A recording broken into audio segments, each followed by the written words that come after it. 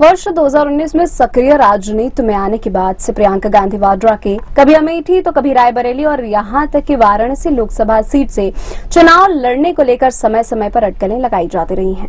लेकिन कांग्रेस ने उन्हें वायनाड सीट से उपचुनाव में मैदान में उतारने की घोषणा के बाद अब इन पर विराम लग गया है।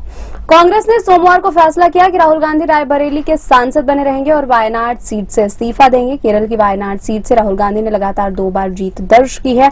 राहुल 2019 में वायनाड से पहली बार आसानी से जीत हासिल की थी, जब उन्हें परिवार के गढ़ अमेठी में हार का सामना करना पड़ा था। हाल में संपन्न लोकसभा चुनाव में राहुल गांधी फिर से वायनाड से चुनाव लड़े, लेकिन अमेठी छोड़कर रायबरेली चले गए। प्रियंका गांधी ने सोमवार को वायनाड से अपनी उम्मीदवारी की घोषणा के बाद कहा कि मुझे जरा भी घबराहट नहीं है, मैं बहुत खुश हूं कि मुझे वायनाड का प्रतिनिधित्व करने का मौका मिलेगा।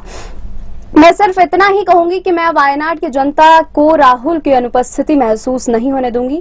मेरा रायबरेली से अच्छा नाता है क्योंकि मैंने वहां 20 साल तक काम किया है और यह रिश्ता कभी नहीं टूटेगा। सवाल यह भी उठ रहा है कि प्रियंका को वायनाड की बजाय रायबरेली की सीट से चुनाव लड़ाना था, जो अपेक्षाकृत आसान सीट है। लेकिन कांग्रेस से जुड़े लोगों का कहना है कि राहुल गांधी उत्तर प्रदेश में कांग्रेस में फिर प्राण फूंकने लगे हुए हैं, इसलिए उन्होंने रायबरेली सीट पर ही बने रहने और वायनाड सीट को छोड़ने का फैसला किया है। उन्हें उम्मीद है कि वायनाड की जनता प्रियंका को भी वैसा ही प्यार देगी जैसा कि राहुल गांधी को दिया है। सक्रिय राजनीति में आने के बाद जनवरी 2019 में उन्हें महत्वपूर्ण पूर्वी उत्तर प्रदेश का प्रभारी महासचिव बनाया गया था और फिर पूरे राज्य का प्रभारी महासचिव बनाया गया। हालांकि साल 2019 के चुनाव में कांग्रेस का बहुत प्रदर्शन अच्छा नहीं रहा, लेकिन प्रियंका ने जमीनी स्तर पर संगठन को मजबूत करने के अपने प्रयास को जारी रखें।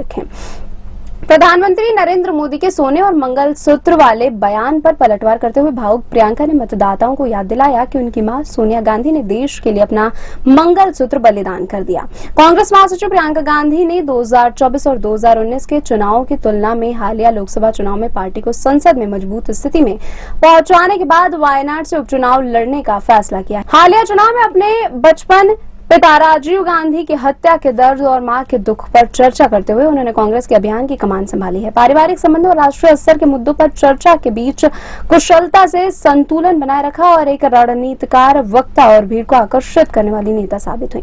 उन्होंने साल 2024 के लोकसभा चुनाव में 108 जनसभाएं और रोड शो किए। उन्होंने 16 राज्यों और एक केंद्र शासित प्रदेश में प्रचार किया और अमेठी और रायबरेली में कार्यकर्ताओं के 2 सम्मेलन को भी संबोधित किया।